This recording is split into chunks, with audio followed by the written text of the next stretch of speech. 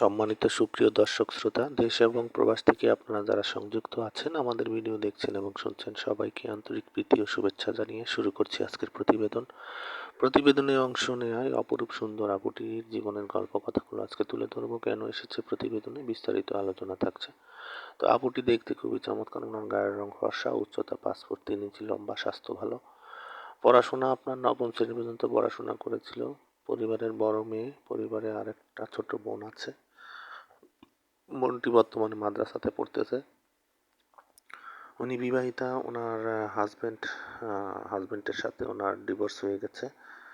তো ওনার বর্তমানে একটি 4 বছরের ছেলে বাবু আছে।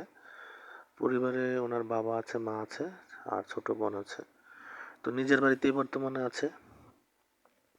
তো এখন উনি বর্তমানে একটি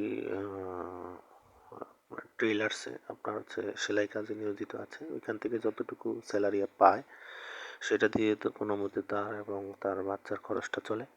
তো এমত অবস্থায় এক বাচ্চা সহ উনি বিয়ে বসতে একজন ভালো মনের মানুষের খোঁজে প্রতিবেদনে এসেছে। কোনো সহযোগিতা চায় না। তো উনি চাচ্ছে একজন ওনার মতো করে একজন জীবনসঙ্গী। পাত্রের বয়স যেমনই হোক, চেহারা যেমনই হোক, ওনার কোনো আপত্তি নেই। উনি বিয়ে বসতে রাজি আছে।